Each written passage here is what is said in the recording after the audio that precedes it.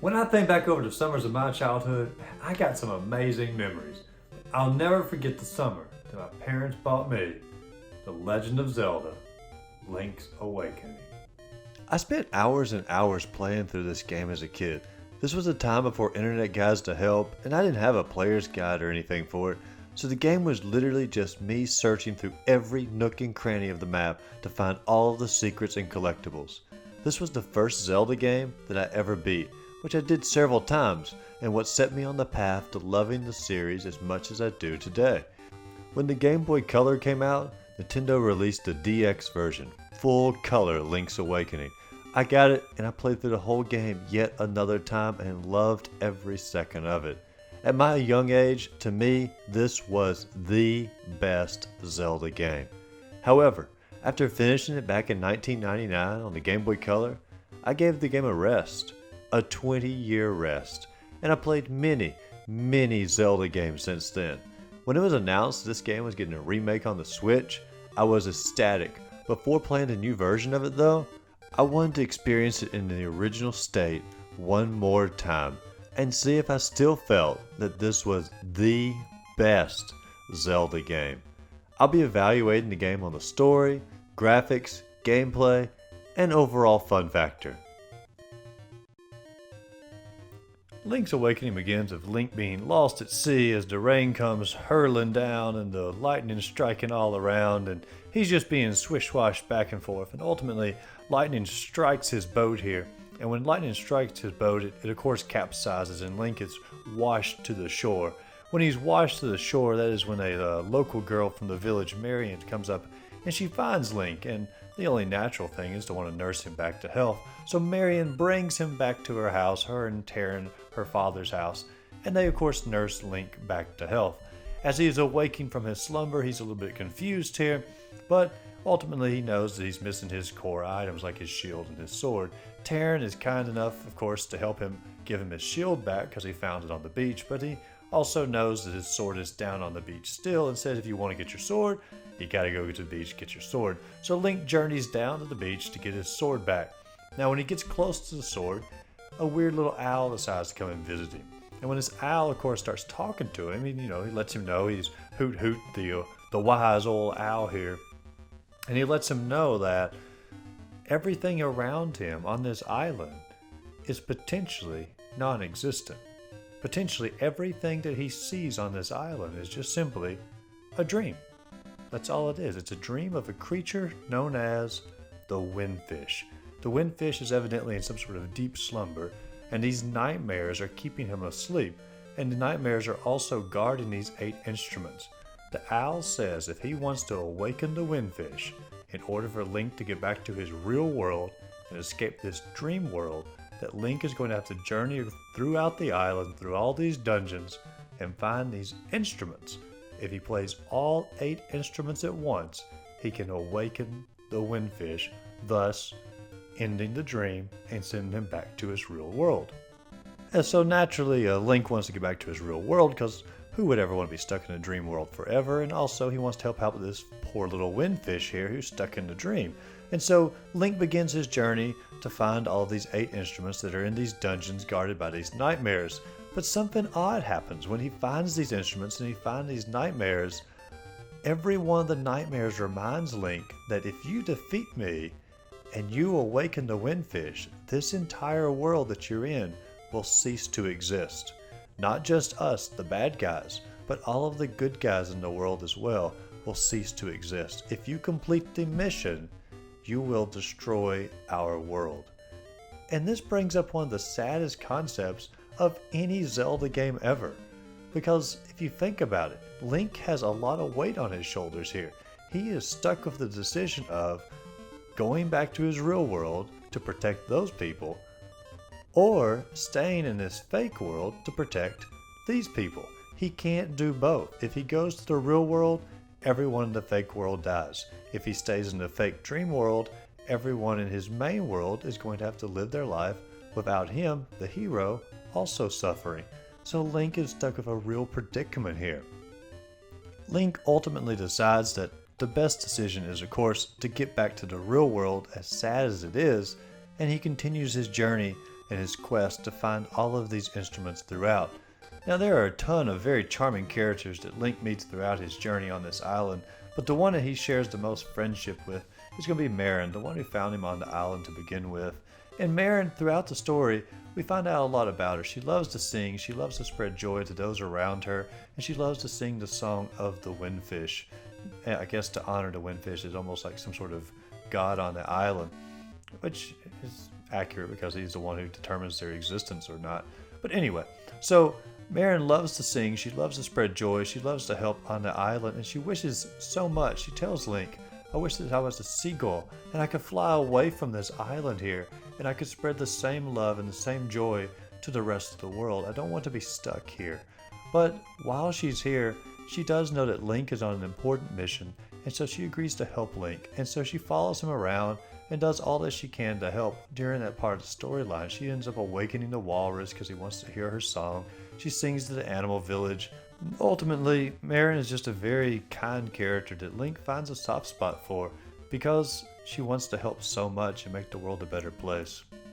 While Marin is obviously the most memorable character, Link's journey also has the Chomp Chomp, the Ghost, the Chicken, and many other very charming characters along the way as well.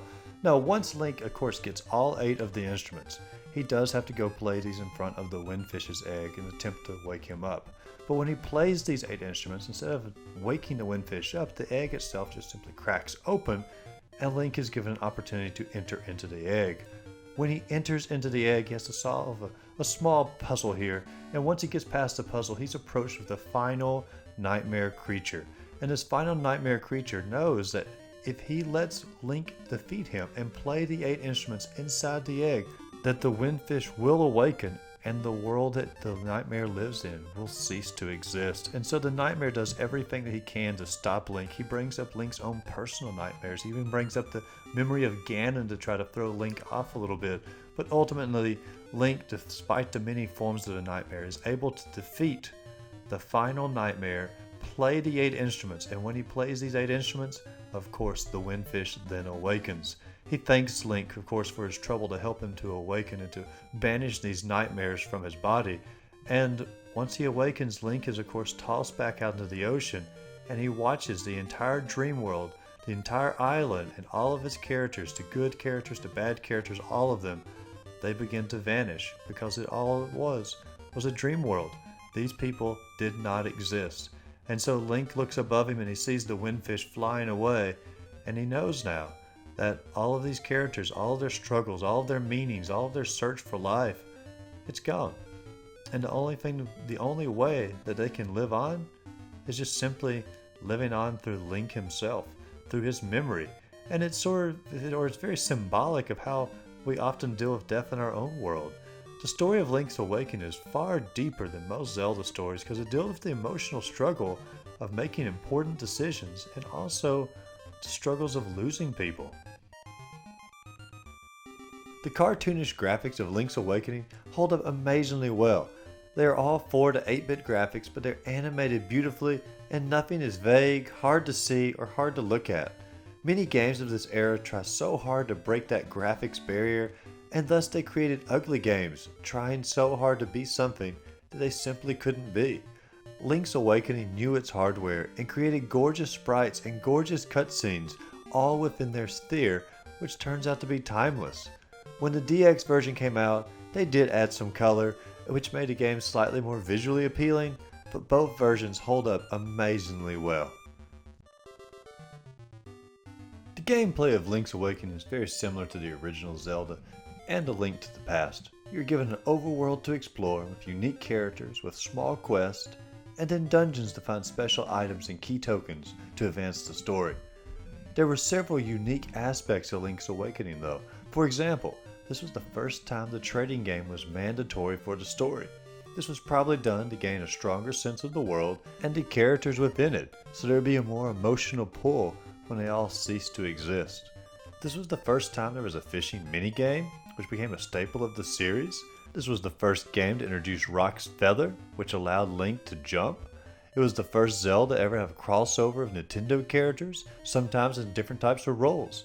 This is the first time we ever had an evil Kirby, also the first time we ever had a good Chomp Chomp. This game also brought back some true 2D action, just like Zelda 2, but this time it was a much more acceptable way for the mass audiences. The gameplay is all very smooth, and there's never a moment where you're unsure of how Link will react to your input. The difficulty of this game is pretty down the middle. The majority of the game and the puzzles are pretty straightforward if you just simply read the clues in the dialogue. The dungeons all have just enough difficult puzzles to keep you thinking, but never overly frustrated.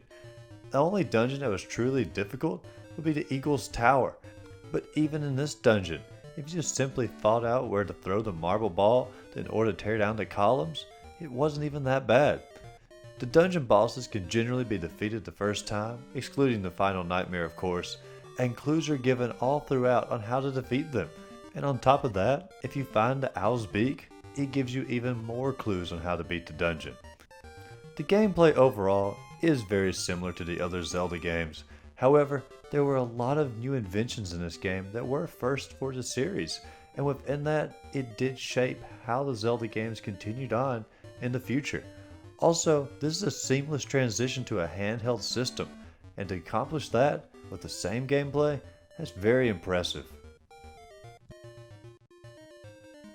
If there was ever a Zelda game that was simply just fun to pick up and explore with little to no stress, this was it. The game was very forgiving with supply items, always gave you a sense of direction, and had plenty of side missions to supplement the game, even when you were done with the main story. Even interacting with all the little characters was a ton of fun. For example, like when you stole from the shop owner, you go back in later, he kills you for it, and then you're also branded as a thief for the rest of the game. This was a big shock to me when I was a kid, because I remember stealing from the shop and then really regretting it, because even when I beat the game, the Windfish himself called me a thief. It was sort of depressing. But growing up, I put more hours into this Zelda game than almost any other game that I had. I beat it several times, over and over, and it was a thrill each and every time. As the other Zelda games released, I would get lost into those worlds as well. However, very few of them had me wanting to return and explore every single inch of the world and wanting to start the game over again as soon as it was finished.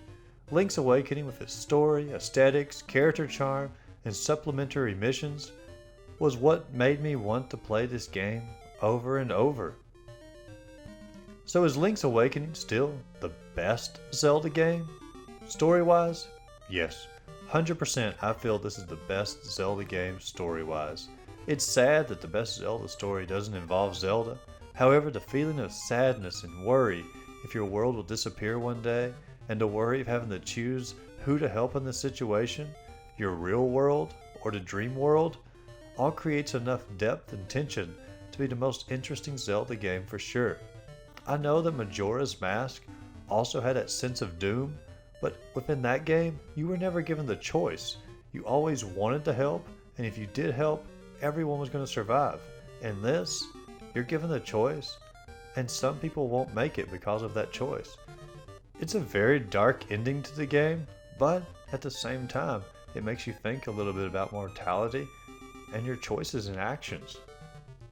Gameplay and graphics wise are just as good as any other 2D Zelda game, and they did advance the series in a few new ways. It's not as deep as A Link to the Past and didn't bring as much new stuff to the table. However, for a Game Boy game, it was surprisingly deep, and in some cases, it's even more cohesive than A Link to the Past. If only looking at 2D Zelda games, Link's Awakening is definitely the best 2D Zelda game. 3D Zelda games are able to create a more immersive experience, but even those sometimes go overboard, and we all know that quality is better than quantity. If you're looking for a shorter, charming, emotionally driven story, and just an overall fun game, then Link's Awakening is the best Zelda game. Some of the 3D Zelda games do rival it, but none of the retro ones can, which does make this one of the best, if not the best Zelda game. This game holds a very special place in my heart, and as much as I can't wait for the remake, I'm also aware that this one will always probably be a bit above it. I really hope that they don't change much to the story. I understand the graphics will all be new and potentially better, depending on how you look at it, but it's the story and the characters that really make this game one of the best, if not the best. Thank you again for watching this video, and if you enjoyed it, please hit that like button and subscribe to the channel as well for constant game reviews, updates, contests, challenges, and a little of this and that. So, hope you have a great day, and we'll see you on the next video.